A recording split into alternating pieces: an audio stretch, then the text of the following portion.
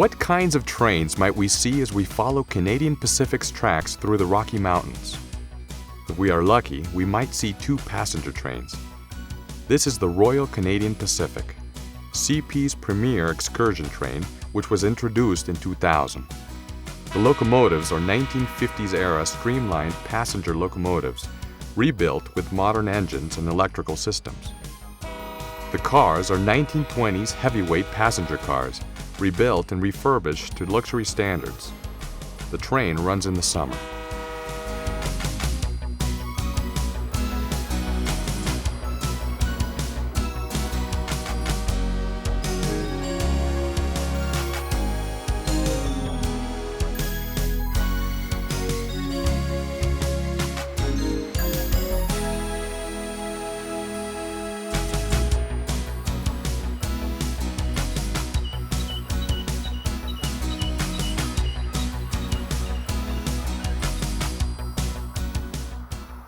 The Rocky Mountaineer is an excursion train that runs twice weekly in the summer.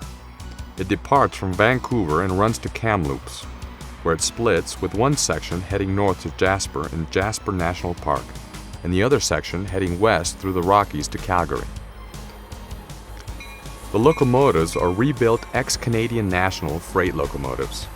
The passenger cars were built in 1954 and have been upgraded several times. The dome cars were custom built for Rocky Mountain Rail Tours by Colorado Railcar.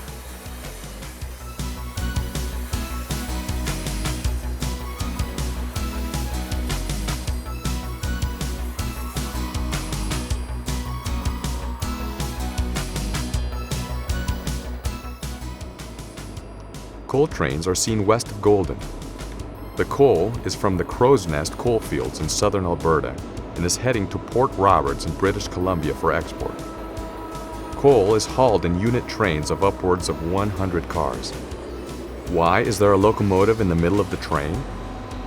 It's a helper engine and is controlled by the engineer on the lead locomotive. This is a potash train, typically 100 or more grate-covered hoppers. Potash is mined primarily in Saskatchewan and exported to the United States and overseas for use as fertilizer.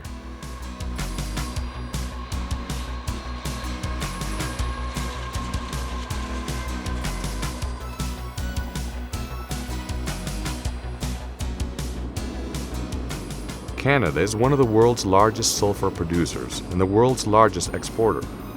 Sulfur is mostly produced in Alberta and is shipped in unit trains of 100-plus open hoppers, usually branded Sultran. Sulfur is used in the chemical, paper, and medicine industries.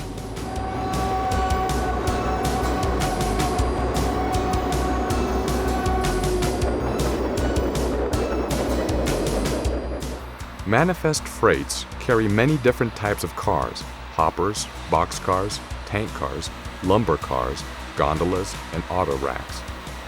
The cars on the head end of this westbound train are tri-level automobile carriers. Canada is also a major producer and exporter of grain. Grain is carried in unit trains and hopper cars marked with a grain symbol, and often in colorful cars from the major grain-producing provinces of Alberta, Saskatchewan, and Manitoba.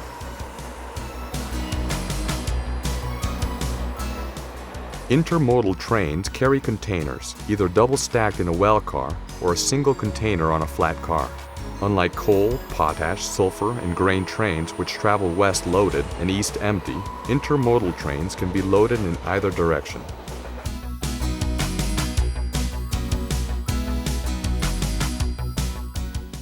Obviously, a train needs locomotives to move. These are SD40-2s.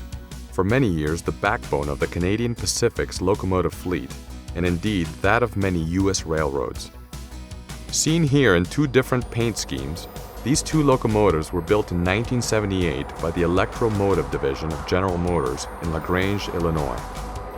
They weigh in at 393,000 pounds and develop 3,000 horsepower. Introduced in 1995, these General Electric AC-44s can be found in all kinds of freight service.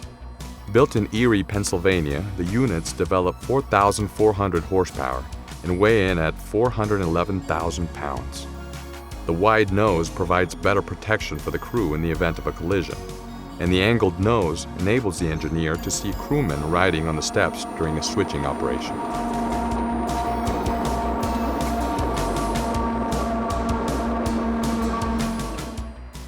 The SD90 Mac is GMD's latest high-tech locomotive. Built in London, Ontario, they develop 4,300 horsepower and are upgradable to 6,000 horsepower. These huge locomotives weigh in at 425,000 pounds and can be seen in any kind of freight service. After hundreds of miles of flatland running across the prairies, Canadian Pacific meets the tight curves and steep grades of the Rocky Mountains near Exshaw, Alberta. The Rockies pose a formidable challenge even to today's high-horsepower locomotives. On their way to our final destination of Revelstoke, British Columbia, the trains will pass through Yoho National Park, Banff National Park, Glacier National Park, and the edge of Mount Revelstoke National Park. We'll see the magnificent scenery of the Rocky and Selkirk Mountains, take some side trips to scenic attractions, and see some of the wildlife in this beautiful region. We'll see trains negotiating the incredible engineering feat of the spiral tunnels and ride through the Western Hemisphere's longest tunnel underneath Mount Macdonald in the engineer's seat. We'll learn some of the history of the region and about the construction of the railroad. So sit back and enjoy your ride along the tracks of the Beaver, Canadian Pacific's transcontinental mainline through the Rocky and Selkirk Mountains. Our first train is the beautiful Royal Canadian Pacific on its publicity run running through the Bow River Valley near Exshaw, Alberta.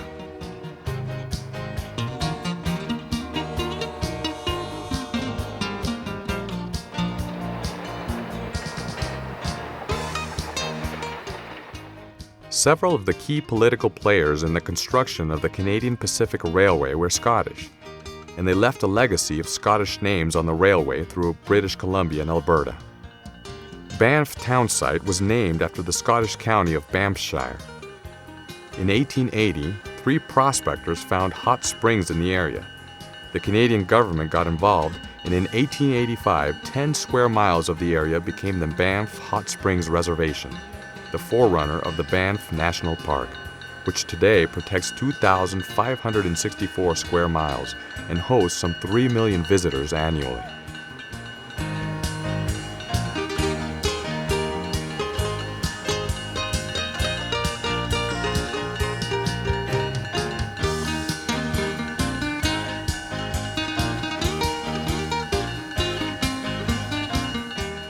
The Banff Springs Hotel was built by the Canadian Pacific Railway and was the first chateau-style hotel.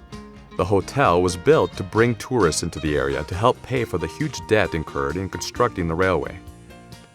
The hotel opened in 1888 and was the largest hotel in the world at the time. Today, the hotel has 867 rooms. Immediately to the west of the Banff town site are the Vermilion Lakes. This is an excellent area to see wildlife, and bald eagles and osprey nest in the area. The 3 Vermilion Lakes are the remnants of a large lake. The area now has extensive marsh wetlands. Mount Rundle, Banff's most famous mountain, can be seen reflected in the lakes.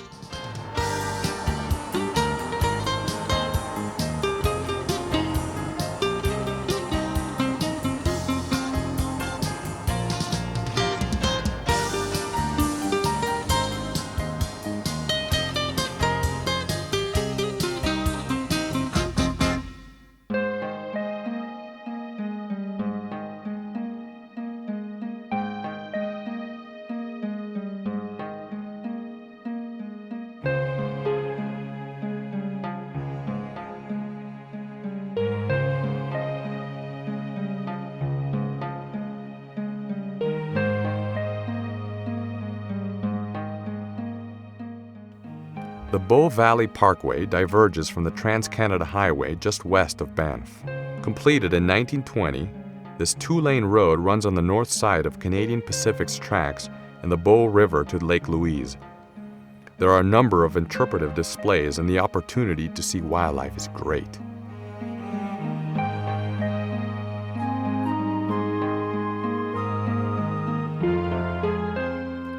This is ideal habitat for elk. During the summer, the females stay in the valley bottoms with their calves, while the males are at higher elevations.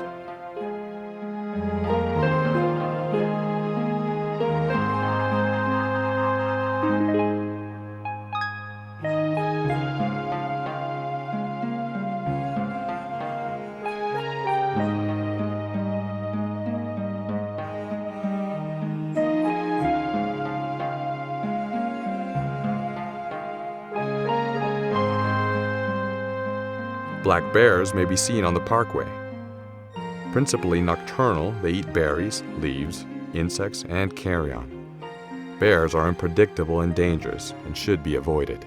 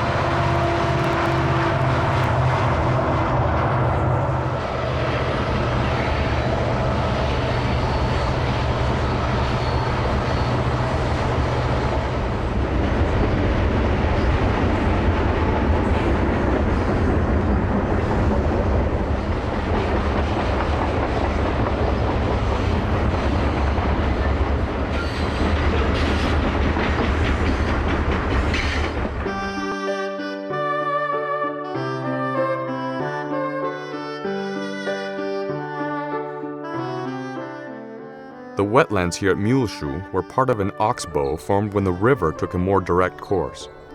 Cut off when the railroad was built, Muleshoe is now a stagnant lake filling with vegetation. The area has a Columbian ground squirrel colony, and trembling aspen are abundant in the area.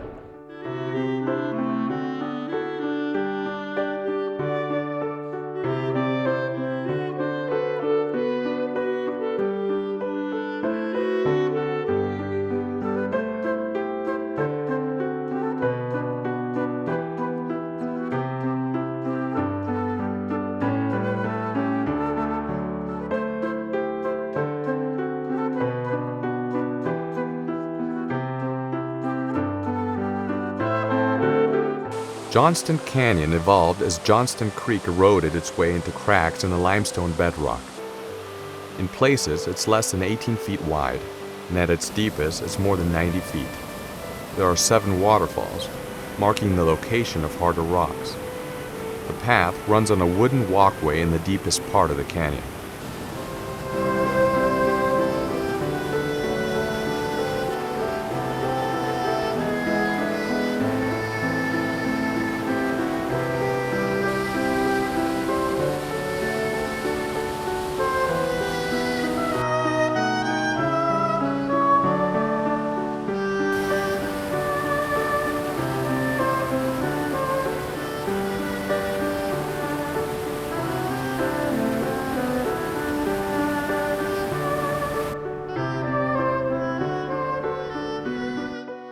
James Hector of the Palliser expedition gave Castle Mountain its name in 1858. The sheer limestone and dolomite cliffs, separated by broad shale ledges, erode into turrets and pinnacles, giving the mountain its distinctive shape. Silver City was a mining town at the foot of Castle Mountain that flourished in the 1880s, but the silver turned out to be a dream and not reality, and the town was soon abandoned.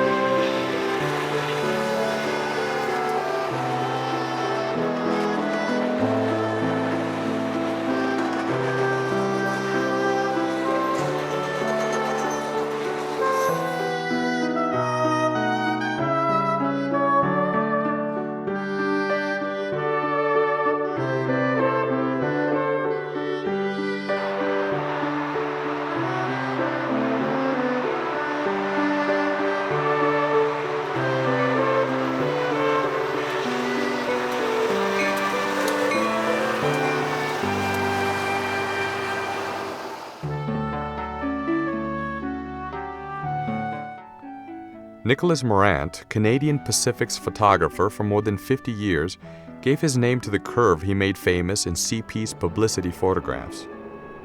The Continental Divide runs along the summits of the mountains in the background, and Wengchemna Range near Lake Louise. Mount Temple at 11,626 feet is the third highest mountain in Banff National Park. These spectacular views are from the side of the Valley Parkway.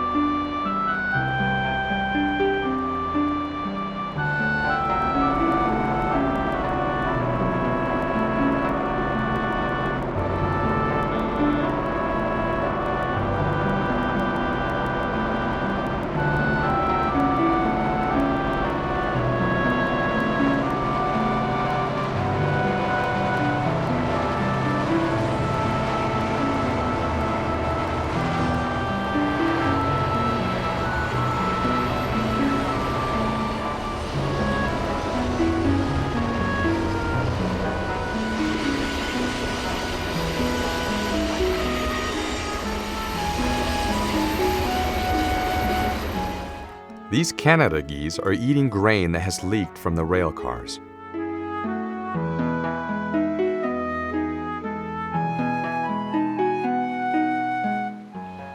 A side road climbs from the Lake Louise Visitor Center some 10 miles to Moraine Lake through the Valley of the 10 Peaks. Mount Temple, named after Sir Richard Temple, patron leader of a scientific expedition that visited the Rockies in 1884, dominates the region. The glacier on the top of Mount Temple was named the McDonald Glacier after Canada's first Prime Minister.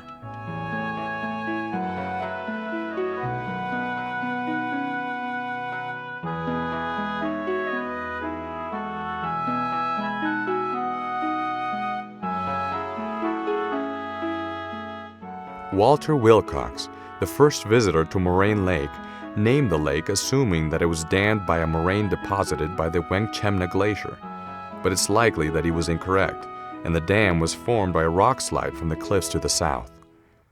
Wengchemna is a stony Indian word for 10, thus the Wengchemna Range, the 10 Peaks. Canadian Pacific began development of its hotel at Lake Louise in earnest in the early 1900s, culminating in the addition of the Painter Wing in 1913. With a capacity of 400 guests, the chateau became a major destination in the Rockies, second only to the Banff Springs Hotel. Mount Victoria dominates the background of Lake Louise. Named for Queen Victoria, the mountain is 11,365 feet high, and Lake Louise, named for Queen Victoria's daughter, is frozen from November to June, and the water rarely gets over 40 degrees, even in summer.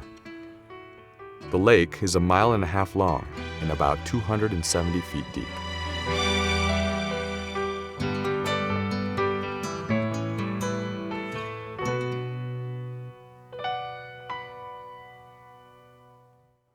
The station at Lake Louise is now a restaurant.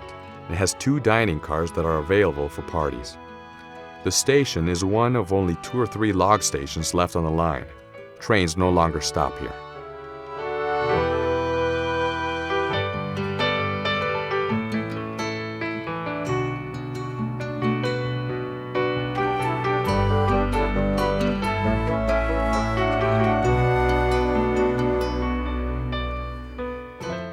The Icefields Parkway runs 144 miles from the Trans-Canada Highway near Lake Louise to Jasper.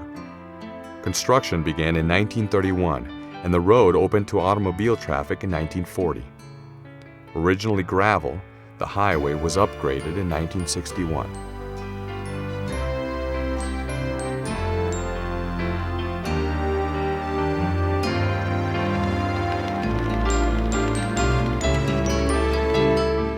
The scenic highlight of the parkway has to be the Columbia Icefield, the largest sheet of glacial ice in North America. Its meltwaters feed 3 of Canada's largest river systems and eventually reach 3 oceans, the Pacific, the Arctic, and the Atlantic. The icefield covers more than 200 square miles, and the maximum known thickness of ice is almost 1,100 feet. Of the 30 highest peaks in the Rockies, 13 adjoin the Columbia Icefield.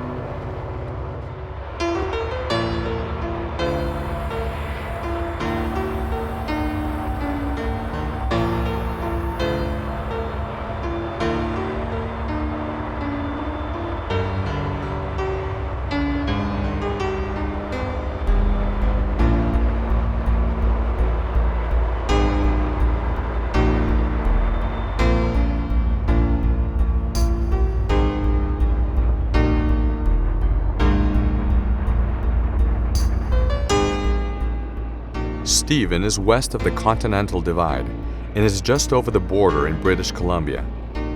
In the background is Cathedral Mountain.